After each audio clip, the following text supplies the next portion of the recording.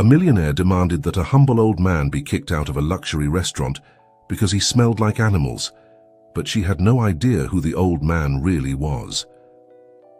The evening light filtered through the enormous windows of the Golden Sky restaurant, illuminating the white tablecloths and silver cutlery with a golden glow. The murmur of elegant conversations and the tinkling of crystal glasses filled the air, creating an atmosphere of refinement and exclusivity. At that moment, the restaurant doors swung open, and an imposing figure made her entrance. Elizabeth Blackwell, known in high society circles as the Iron Queen, walked with a firm and elegant step towards the maitre d'. Her black hair, perfectly styled in an elaborate bun, contrasted with her pale skin and green eyes, cold as ice. She wore a cream-colored designer suit that accentuated her slender figure and made her social status clear. "Good evening," Elizabeth said with an authoritative voice. "Table for one, please, and make sure it's the best in the house." The maitre d', accustomed to dealing with demanding clients, nodded with a servile smile. "Of course, Mrs. Blackwell. We have a perfect table for you by the window. This way, please." As Elizabeth followed the maitre d', her eyes scrutinized the restaurant, evaluating each of the diners as if she were inspecting merchandise. Her gaze abruptly stopped at a table near hers, where an older man was sitting alone. The elderly man, with his grey hair and face furrowed by wrinkles that spoke of a life of hard work, stood out completely from the luxurious atmosphere of the restaurant. He wore a worn plaid shirt and jeans that had seen better days. His hands, resting on the table, showed calluses and small scars. Elizabeth frowned, disgusted by the presence of the old man in such an exclusive place. She sat at her table but couldn't take her eyes off the man who seemed so out of place. "Excuse me," she called to the waiter with an impatient gesture. "Who is that man? How is it possible that they allowed him in?" The waiter, visibly uncomfortable, responded in a low voice. "I'm sorry, ma'am, but I can't reveal information about other customers. May I offer you the wine list?" Elizabeth rejected the list with a brusque gesture. "I'm not interested in wine right now. What I want to know is how it's possible that in a restaurant of this caliber they allow people like that," she said, casting a contemptuous look towards the old man. At that precise moment, the restaurant manager, Michael Turner, approached Elizabeth's table. He was a middle-aged man with an impeccable suit and a professional smile that hid his nervousness. "Mrs. Blackwell, it's a pleasure to have you with us tonight," Michael said in a soft voice. "Is there anything I can help you with?" Elizabeth wasted no time in expressing her disgust. "Mr. Turner, I am deeply disappointed. I come to the Golden Sky expecting an experience of the highest quality, and I find that," she said, discreetly pointing at the old man, "that man smells like animals and completely ruins the atmosphere of this place. I demand that you remove him immediately." Michael turned pale. He knew well the influence of Elizabeth Blackwell and the damage she could cause to the restaurant's reputation if she left unsatisfied. However, he was also aware that what she was asking was ethically questionable. "Mrs. Blackwell, I understand your concern, but nothing," Elizabeth interrupted. "Either he goes or I go, and I assure you that if I leave, I will personally make sure that all my acquaintances know that the Golden Sky is no longer an appropriate place for the elite of this city." Michael swallowed hard, feeling the weight of the decision on his shoulders. With a heavy heart, he approached the old man's table. "Excuse me, sir," he said in a low voice. "I'm very sorry to have to ask you this, but I'm afraid I'm going to have to ask you to leave." The old man looked up, his blue eyes filled with a mixture of surprise and sadness. "Have I done something wrong?" he asked in a broken voice. "No, you haven't done anything wrong," Michael hastened to say. "It's just that, well, we've received some complaints, and—" "I understand," said the old man, interrupting Michael's uncomfortable explanation. With slow movements, he began to rise from the table. "I don't want to cause any trouble. I'll go." Michael, feeling terribly guilty, quickly added, "Please allow us to offer you a free meal elsewhere as compensation for the inconvenience." The old man shook his head. "That's not necessary, young man. Thank you for your kindness." As the old man headed towards the exit, Elizabeth observed the scene with a mixture of satisfaction and disdain. However, she couldn't help but feel a pang of curiosity. Who was this man, and why had he come to a place like this? What Elizabeth didn't know was that this old man, whose name was Frank Thompson, was not a simple farmer, as she had assumed. Frank was a retired engineer who, together with his son Jake, was developing a revolutionary solar energy project. Meanwhile, in a small workshop on the outskirts of the city, Jake Thompson worked tirelessly on his latest prototype. At 32, Jake was the living image of passion and determination. His messy brown hair and brown eyes, always bright with enthusiasm, contrasted with the dark circles that betrayed long nights of work. "Dad should be here soon," he muttered to himself, looking at the clock. "I hope he had luck in getting that investor." Jake couldn't imagine that at that moment, his father was walking dejectedly through the city streets, feeling humiliated and defeated. Nor could he know that the incident at the restaurant would be the catalyst for a series of events that would change their lives forever. In another part of the city, in a luxurious mansion, Emma Blackwell, Elizabeth's daughter, was getting ready to go out. At 28, Emma was the opposite of her mother. She shared her physical beauty, the same black hair and green eyes. But that's where the similarities ended. Emma had grown up surrounded by luxury, but had always felt uncomfortable with her family's ostentatious lifestyle. She had studied environmental sciences and worked at an NGO dedicated to environmental conservation. Much to her mother's dismay, Miss Emma called Martha, the housekeeper, from her bedroom door. "Your mother just called. She says she'll be home late and not to wait up for dinner." Emma sighed. "Thanks, Martha. Anyway, I'm going out too. I have a meeting with a group of environmental activists." What Emma didn't mention was that among those activists was Jake Thompson, a young engineer she had fallen head over heels in love with. Emma knew nothing about the incident at the restaurant, nor about the connection between Jake and the man her mother had humiliated. As Emma headed to her meeting, full of hope and excitement to see Jake, she couldn't imagine how the events of that night would intertwine their destinies, creating a web of secrets, love, and redemption that would shake the foundations of their lives. The sun was setting on the horizon, tinting the sky with reddish and golden hues. It was the end of a day that marked the beginning of a story that would change all those involved. A story of prejudices and second chances, of love against all odds, and of how sometimes destiny has mysterious ways of bringing the most unlikely people together. Night had fallen over the city when Emma arrived at the small cafe where she would meet with her group of activists. The place, with its exposed brick walls and hanging plants, contrasted strongly with the luxurious environment she was accustomed to. However, for her, this space represented freedom and authenticity. As she entered, her eyes immediately searched for Jake. She found him sitting in a corner, bent over some papers, his brow furrowed in concentration. Emma felt her heart race at the sight of him. "Hi, Jake," she greeted, approaching the table. "Am I late?" Jake looked up and his face lit up with a smile. "Emma!" "Not at all. I was just reviewing some calculations for the project." Emma sat down next to him, curious. "How's everything going? Any progress?" Jake's smile faded a bit. "Well, technically the project is advancing well. The problem is funding. My dad went to talk to a potential investor today, but..." His voice trailed off, and he shook his head. "I don't know what happened, but when he came home he seemed very discouraged. He didn't want to talk about it." Emma put her hand on Jake's in a gesture of support. "I'm so sorry. I know how much this project means to you and your father. Is there anything I can do to help?" Jake looked at her gratefully. "Your support already means a lot, Emma. I don't know what I'd do without you." For a moment, they looked into each other's eyes, the world around them fading away.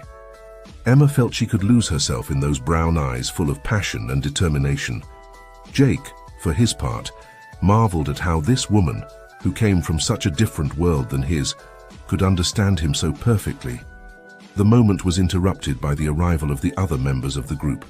The meeting began, and for the next few hours, they discussed strategies to promote clean energy in the city. Jake presented his solar energy project, explaining how it could bring clean and affordable electricity to remote communities, transforming lives and protecting the environment at the same time. As Jake spoke, Emma couldn't help but feel proud. Here was a man who not only dreamed of a better world, but worked tirelessly to make it a reality. How could she not fall in love with someone like that? The meeting extended late into the night. When it finally ended, Jake offered to walk Emma home.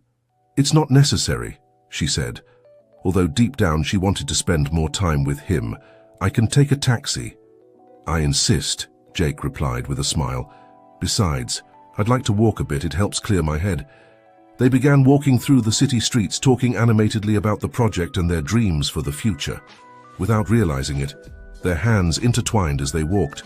"You know," Jake said after a moment of silence, "sometimes I wonder what your family would think if they knew about us."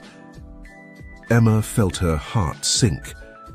She hadn't told Jake much about her family, especially about her mother. "My family is complicated," she responded cautiously, "especially my mother.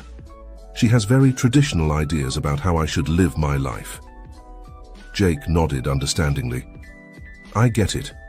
My dad can be very traditional sometimes too, but at the end of the day, I know he just wants what's best for me." They reached a corner a few blocks from Emma's house. She stopped, not wanting the night to end yet. "Jake, Before she could finish her sentence, Jake leaned in and kissed her softly. It was a tender kiss, full of promises and possibilities. When they separated, both had a smile on their face. "I'll see you tomorrow," Jake whispered. Emma nodded, speechless. She watched him walk away before heading to her house, her heart beating fast and her mind full of dreams for the future. Meanwhile, at the Blackwell mansion, Elizabeth arrived after her dinner at the Golden Sky. Her face showed an expression of satisfaction for having imposed her will at the restaurant, but there was something else, a shadow of unease that she couldn't shake off. "Ma'am," Martha greeted as she opened the door. "Did you have a good dinner?" Yes, Elizabeth replied distractedly. "Where's Emma?" "Miss Emma went out, ma'am. She said she had a meeting." Elizabeth frowned. "A meeting? At this hour? With whom?" Martha hesitated for a moment. "I believe she mentioned something about a group of environmental activists, ma'am." Elizabeth's face hardened. "I see, thank you, Martha. You may retire." Once alone, Elizabeth poured herself a glass of wine and sat in her study. The image of the old man in the restaurant kept lingering in her mind. There was something in his eyes, a dignity that didn't match his humble appearance, that unsettled her. "Don't be ridiculous, Elizabeth," she told herself. "You did the right thing. That man didn't belong in that place." But no matter how hard she tried to convince herself, a voice in the back of her mind kept questioning her actions. At that moment, the study door opened and in walked Robert Blackwell, Elizabeth's husband and Emma's father. He was a tall, distinguished man with graying hair and eyes that reflected years of experience in the business world. "Elizabeth, dear," he greeted. "How was your dinner?" Elizabeth looked at him, internally debating whether to tell him about the incident at the restaurant. Finally, she decided not to. "It was fine," she replied curtly. "Where have you been all day?" Robert sat down across from her, his face showing signs of fatigue. "At the office, there's a new energy project that's causing a stir in the market. It could be a good investment opportunity." "Energy?" Elizabeth asked, suddenly interested. "What kind of energy?" "Solar," Robert replied. "An innovative concept that could revolutionize the way we bring energy to remote areas. The interesting thing is that the project is being developed by a local team, not a big corporation." Elizabeth nodded, her mind already calculating the possible gains. "Sounds interesting. We should investigate more." Robert looked at her with a mixture of admiration and concern. He loved his wife, but sometimes he feared that her ambition blinded her to other important things in life. "Elizabeth," he said softly, "have you talked to Emma lately? I'm worried she's distancing herself from us." Elizabeth made a dismissive gesture with her hand. "Emma is going through a phase, Robert. She'll get over it. When she matures, she'll understand the importance of maintaining our position in society." Robert wasn't so sure, but he decided not to push the issue. "Maybe we should organize a family dinner, spend time together, like we used to." "Maybe," Elizabeth conceded, although her tone suggested she wasn't really interested in the idea. Now tell me more about this solar energy project. While the Blackwells discussed business and family in a small apartment on the other side of the city, Frank Thompson looked out the window, lost in his thoughts. The incident at the restaurant had affected him more than he wanted to admit. It wasn't the first time he had faced prejudice due to his appearance, but this time it had hurt more. Perhaps because he had put so much hope in that meeting, in the possibility of finally getting the support they needed for their project. "Dad," Jake's voice pulled him out of his thoughts. "Are you okay? You've been very quiet since you got back." Frank turned to his son, forcing a smile. "I'm fine, son, just a little tired." Jake didn't seem convinced. "What happened with the investor? Didn't the meeting go well?" Frank hesitated for a moment. He didn't want to discourage his son, but he also didn't want to lie to him. "The meeting didn't take place," he said finally. "There was a misunderstanding at the restaurant and, well, I decided to leave before causing problems." Jake frowned, confused. "A misunderstanding? What kind of misunderstanding?" Frank sighed. "It doesn't matter, son. What matters is that we don't lose hope. Our project is good. Someone will see it. Eventually." Jake approached his father and put a hand on his shoulder. "Dad, you know you can tell me anything, right? We're in this together." Frank looked at his son, feeling a mixture of pride and gratitude. "I know, Jake.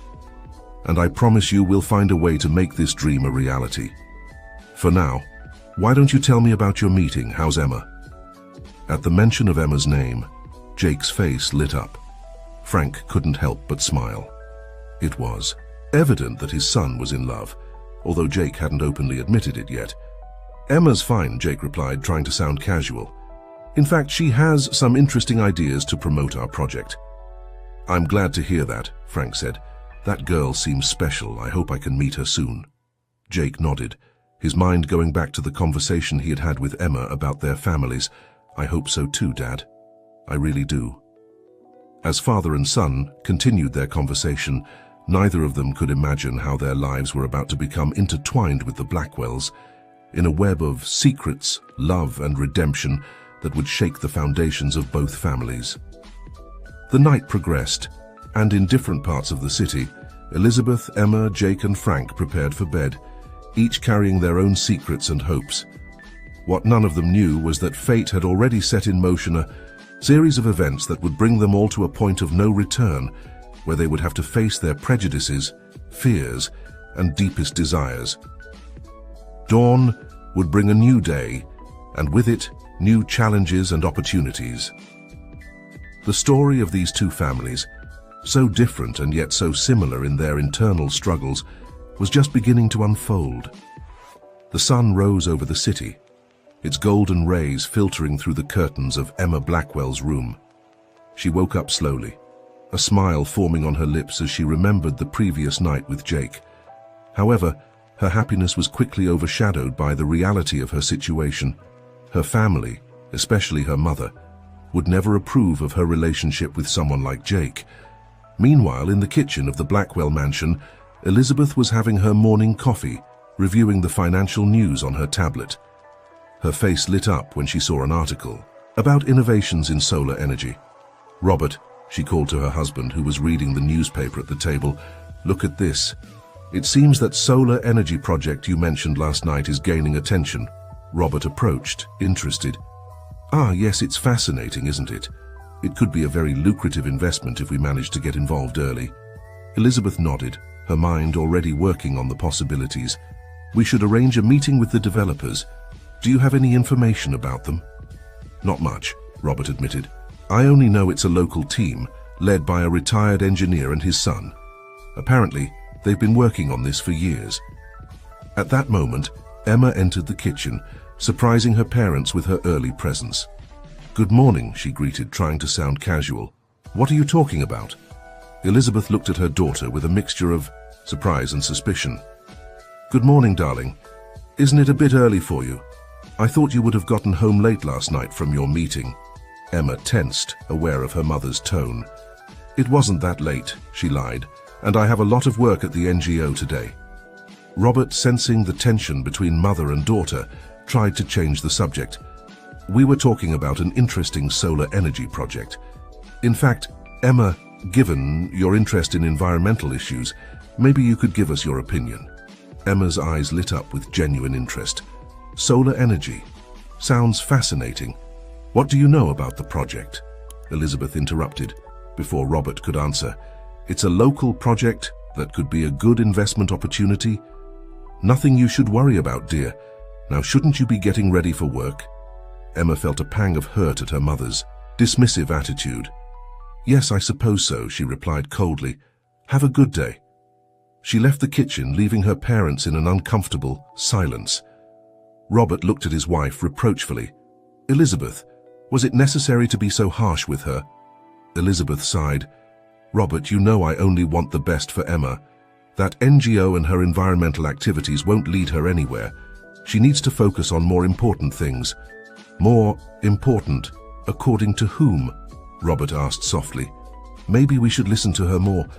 Who knows, her perspective could be valuable, especially with projects like this solar energy one." Elizabeth didn't respond, but her expression indicated she wasn't convinced. Meanwhile, in the Thompsons' small apartment, Jake and Frank were having breakfast together, discussing their plans for the day. "I have a meeting with a potential supplier this afternoon," Jake said between bites of toast. "If all goes well, we could significantly reduce production costs." Frank nodded, though he seemed distracted. "That's excellent, son. I think I'll go back to the restaurant today." Jake stopped eating, looking at his father with concern. "To the restaurant? The same one from yesterday? Dad, what really happened there?" Frank hesitated for a moment before finally confessing, "They asked me to leave, Jake. A rich woman, complained about my presence. She said I smelled bad and that I didn't belong there." Jake felt anger growing inside him. "What? That's unacceptable. Who does she think she is?" "It doesn't matter who she is," Frank said calmly. "What matters is that we can't let this stop us. I'm going back. I'm going to talk to the manager. Maybe I can explain our situation, get another chance to present our project." Jake admired his father's determination, but he couldn't help feeling worried. "Are you sure, Dad? I don't want you to expose yourself to more humiliation." Frank put a hand on his son's shoulder.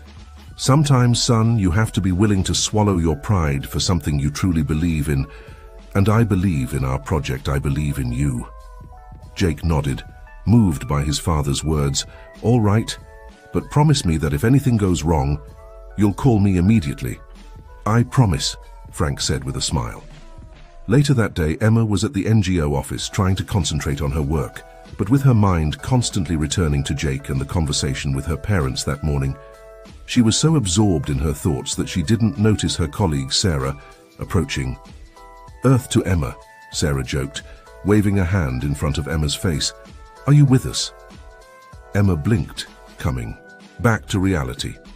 "Sorry, Sarah, I was thinking." Sarah smiled knowingly. "Thinking or daydreaming about a certain environmental engineer?" Emma blushed. "Is it that obvious?" "Only to someone who knows you well," Sarah replied, sitting on the edge of Emma's desk. "Why don't you tell your parents about him? Jake seems like a great guy." Emma sighed deeply. "It's not that simple. My mother, she has very specific expectations about who I should be with someone from our social class," she said, making air quotes. Sarah frowned. "That sounds pretty elitist." "It is," Emma admitted, "and the worst part is that she doesn't even realize it.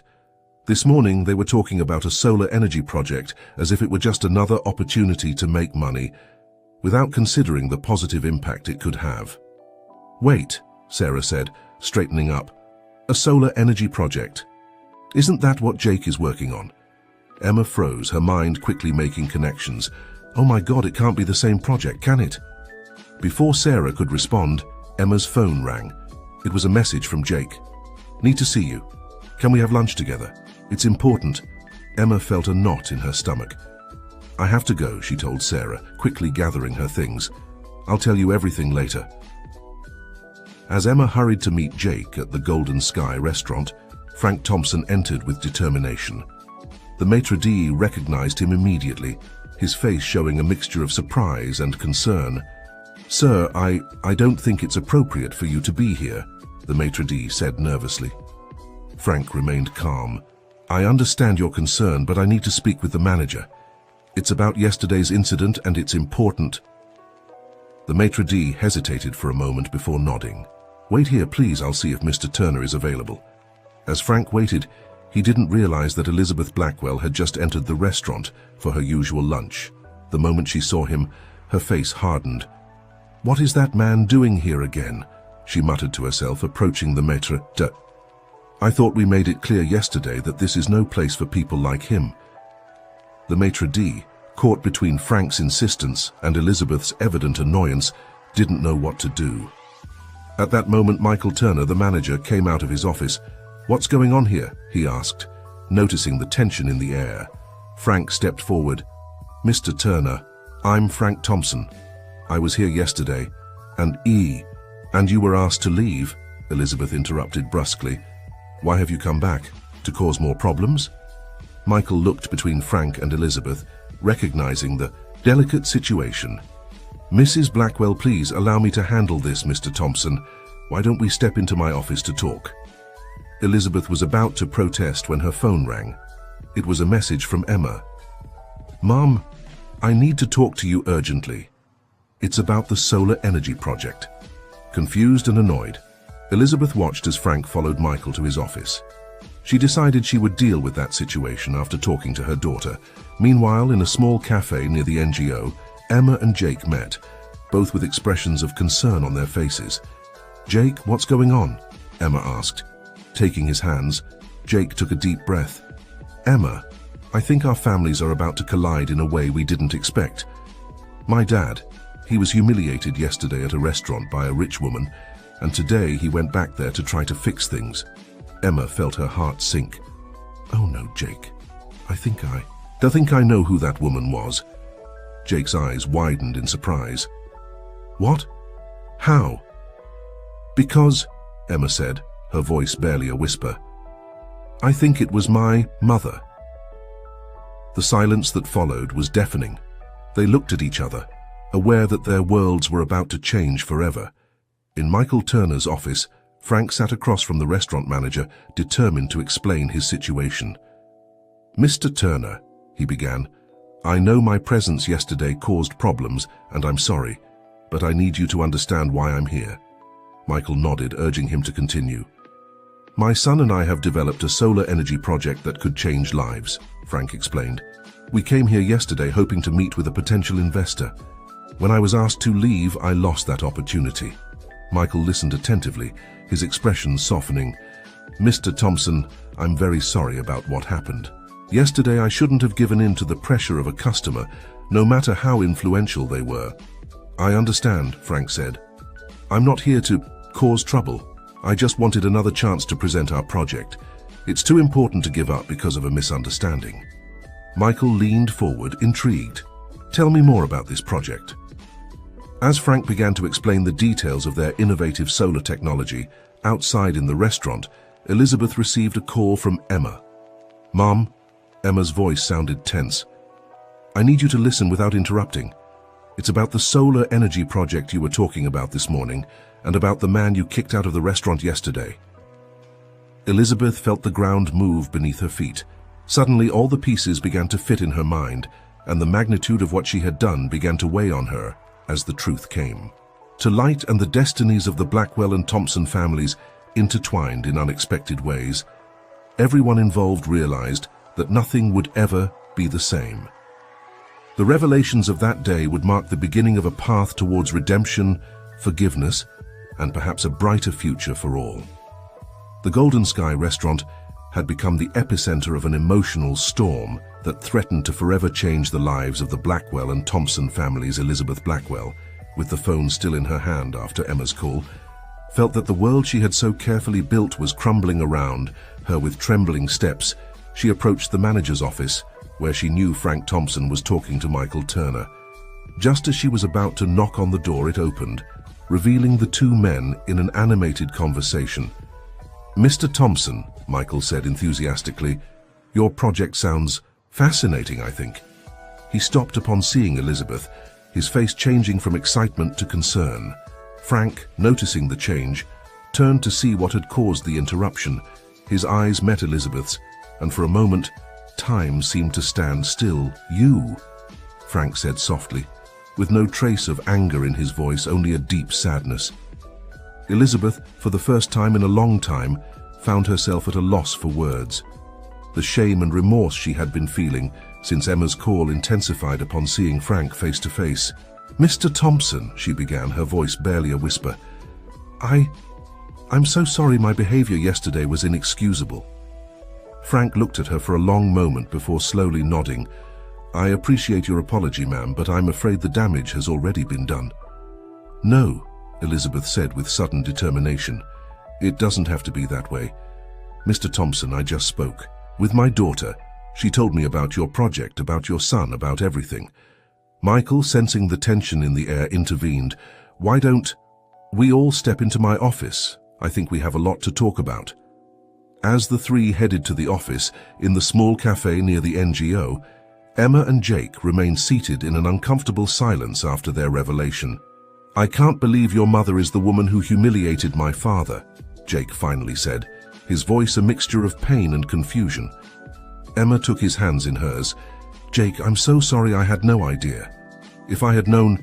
"It's not your fault," Jake interrupted her gently. "You're not your mother." "But I'm part of that family," Emma insisted. "A family that has caused pain to yours. How can we move forward after this?" Jake looked into her eyes, his determination evident. "Together," he said simply. "If you're willing to try, so..." Emma felt tears filling her eyes. "Of course I'm willing. I love you, Jake. I'm not going to let my mother's mistakes separate us." They kissed softly, sealing their commitment to stay united despite the circumstances. "We should go to the restaurant," Emma said after a moment. "I need to confront my mother, show her that I'm on your side in this." Jake nodded. "Let's go together. It's time for our families to meet, for better or worse." Meanwhile, in Michael Turner's office, the conversation between Elizabeth, Frank, and the restaurant manager took an unexpected turn. "Mr. Thompson," Elizabeth said, her voice trembling slightly, "I want to make amends for the harm I've caused your project. It sounds incredible, and if my husband and I can help in any way..." Frank looked at her with surprise. "Mrs. Blackwell, I appreciate your offer, but I'm not looking for charity." "It's not charity," Michael intervened. "Mr. Thompson's project has enormous potential. From a purely commercial standpoint, it would be a smart investment." Elizabeth nodded emphatically. "Exactly. Mr. Thompson, my husband and I have the resources and connections to take your project to the next level. Please allow us to help, not just as a form of compensation, but as a true partnership." Frank hesitated, considering the offer. "I would need to discuss it with my son. He's been the real brain behind all of this." At that moment, the office door burst open, revealing Emma and Jake, both out of breath as if they had run all the way there. "Mom!" Emma exclaimed. "What's going on here?" Elizabeth turned to her daughter, her face a mixture of emotions. "Emma, I was trying to make things right." Jake, for his part, looked at his father with concern. "Dad, are you okay? What have they done to you?" Frank smiled softly at his son. "I'm fine, Jake. In fact, I think things are getting better." Michael, seeing the confusion on the young people's faces, decided to take control of the situation. "Why don't we all sit down and talk? I think there's a lot to clear up." For the next hour, Michael Turner's office became the stage for an emotional and revealing conversation. Elizabeth, with tears in her eyes, apologized again to Frank, this time in front of everyone. She explained how Emma's call had opened her eyes, making her see the damage her elitist behavior had caused. Emma, for her part, passionately defended her relationship with Jake and the project he was working on. "Mom," she said, "this project isn't just a business opportunity. It's an opportunity to do something good for the world. Isn't that what you always taught me? To make a difference?" Elizabeth looked at her daughter with a mixture of pride and regret. "You're right, honey. I think at some point I lost sight of what really matters. I became so obsessed with maintaining our social position that I forgot why we work so hard in the first place." Jake, who had been listening in silence, finally spoke. "Mrs. Blackwell, I appreciate your apologies and your offer of help. But I need to know, Do you really believe in our project? Or is it just a way to ease your conscience? Elizabeth looked him straight in the eyes. Jake, I've made many mistakes, but I promise you that my interest in your project is genuine. I've read about it, I've seen its potential, and if you give me the chance, I'd like to learn more, not just as an investor, but as someone who wants to make a real difference. Frank put a hand on his son's shoulder. Jake, I think we should consider their offer. This could be the opportunity we've been waiting for. After a moment of reflection, Jake slowly nodded. Okay, but I want to make it clear. This project is our baby. If we're going to work together, it has to be a true collaboration. Of course, Elizabeth agreed. Then, looking at Emma and Jake, she added, and as for you two, Emma, I'm sorry for not trusting your judgment. Jake seems to be an extraordinary young man, and if he makes you happy, then I'm happy too. Emma hugged her mother, tears of relief and happiness running down her cheeks. Thank you, Mom. You don't know how much this means to me. Michael, who had been observing everything with a smile, intervened. Well, I think this deserves a celebration. How about we all have dinner together tonight? On the house, of course.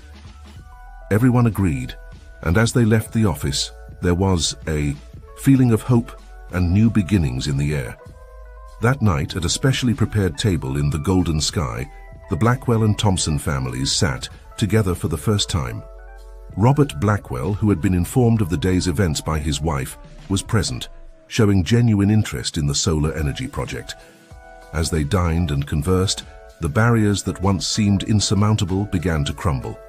Elizabeth, to everyone's surprise, including her own, found herself fascinated by Frank's stories about his years as an engineer and his struggles to develop the project. Mr. Thompson, she said at one point during dinner, I'd like to visit your workshop.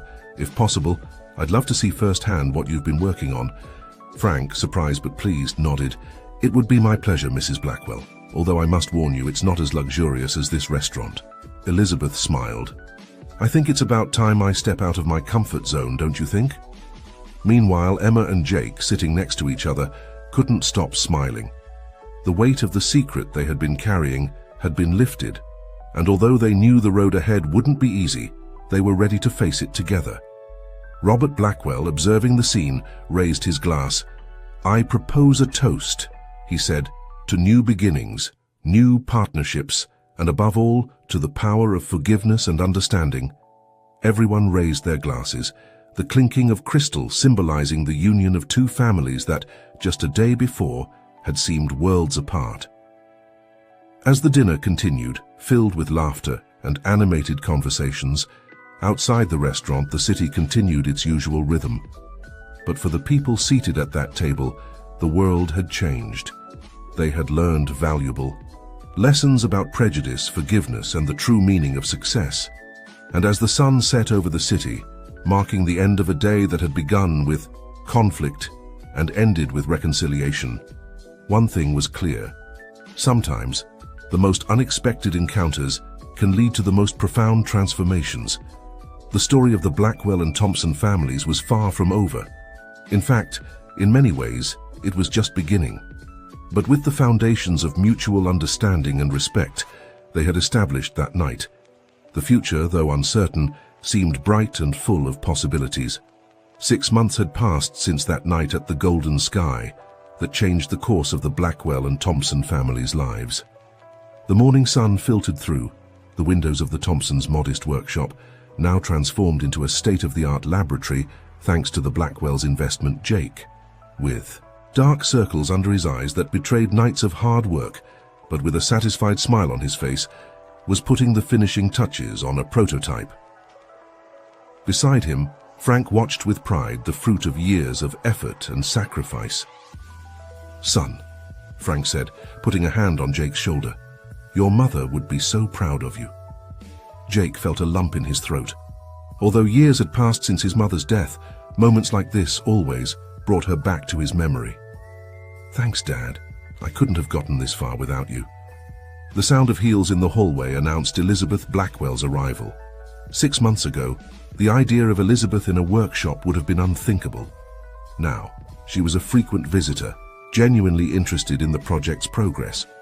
Good morning, gentlemen, Elizabeth greeted, her tone warm and genuine, very different from the coldness that once characterized her. "How's everything going for this afternoon's presentation?" Jake smiled. "All set, Elizabeth. I think the investors will be impressed." Elizabeth nodded approvingly. "I'm sure they will be. You've worked tirelessly on this."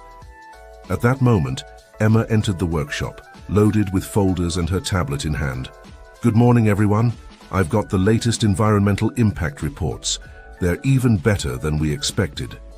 Elizabeth looked at her daughter with a mixture of pride and amazement. In the past few months, Emma had proven to be not only a passionate environmentalist, but also a skilled business strategist. The combination of her ethical vision and business knowledge had been crucial to the project's success. "Excellent work, darling," Elizabeth said. Then, addressing everyone, she added, "I think it's time we prepare for the presentation. We have a lot to do before the investors arrive." As the team dispersed to finalize the details, Robert Blackwell entered the workshop. His face showed a mixture of excitement and nostalgia. "Frank," he called to his old friend, "do you have a moment?" Frank nodded, and both men moved to a quiet corner of the workshop. "What's up, Robert?" Frank asked, noticing the seriousness on his friend's face. Robert pulled an envelope from his jacket. "I found this among some old papers. I think it belongs to you." Frank took the envelope with trembling hands. As he opened it, his eyes filled with tears. It was an old photo from almost 30 years ago. In it, a young Frank and a young Robert smiled at the camera, standing in front of what appeared to be their first workshop together. "Our first project," Frank whispered, his voice filled with emotion. Robert nodded. "We were so young, so full of dreams. And then, well, you know what happened." Frank remembered well a disagreement over the direction of their joint venture had led to a bitter dispute. Robert had opted for a more corporate and lucrative path, while Frank had remained true to his original vision of creating technology that truly helped people. The breakup of their partnership and friendship had been painful for both. "Robert," Frank said, looking his old friend in the eye, "I think we both made mistakes in the past, but look where we are now. Our families united, working together on something that could change the world. Maybe everything had to happen the way it did to get to this point." Robert smiled, his eyes also moist. "You're right, old friend, and you don't know how glad I am to be here working with you again. This time, we'll do things right." The two men embraced, 30 years of misunderstandings and resentments dissolving in that gesture. Meanwhile, in another part of the workshop, Jake and Emma were reviewing the presentation together. "Nervous?" Emma asked, noticing how Jake kept adjusting his tie. Jake let out a nervous laugh. "Is it that obvious? It's just that we've worked so hard on this. If something goes wrong..." Emma took his hand, interrupting him. "Nothing will go wrong. Your project is brilliant, Jake. And besides," she added with a mischievous smile, "you have a secret weapon." "Oh yeah?" Jake asked, raising an eyebrow. "And what's that?" "Me," Emma replied, giving him a quick kiss. "I'll be by your side every step of the way." Jake hugged her, marveling at how, amidst all the chaos and challenges of the past few months, their love had blossomed and strengthened. At 3 p.m. sharp, the auditorium of the Blackwell Thompson Foundation for Sustainable Innovation was full. Investors, journalists, and important figures from the world of technology and the environment waited. In anticipation, Elizabeth took the stage to give the welcome. Her presence, once intimidating, now radiated genuine warmth and passion. "Ladies and gentlemen," she began, "6 months ago, I thought I knew everything about success and power. Today, I'm here to tell you that I was wrong. True, success is not measured in money or social status, but in the positive impact we can have on the world." She paused, her eyes scanning the audience before settling on her family and the Thompsons. "What you will see today is the result of 2 families who overcame their differences to work for a greater good. It is proof that when we set aside our prejudices and work together, we can achieve extraordinary things." With those words, Elizabeth gave way to Jake and Emma. The young couple took the stage, their initial nervousness giving way to serene confidence as they began their presentation. For the next hour, Jake and Emma captivated the audience with their vision of a sustainable energy future. They explained how their innovative solar technology could bring clean and affordable electricity to remote communities, transforming lives and protecting the environment at the same time. When they finished, the auditorium erupted in applause. The investors stood up, clearly impressed. Camera flashes illuminated the stage as Jake and Emma, hand in hand, waved to the audience backstage. Frank and Robert watched with pride, their eyes moist with emotion. "They did it," Frank whispered. Robert nodded. "We all did it, my friend." Elizabeth joined them, her face radiant with happiness. "Gentlemen, I think this calls for a celebration." That night, at the same restaurant where it had all begun, the Blackwell and Thompson families gathered to celebrate. The atmosphere was one of jubilation and camaraderie.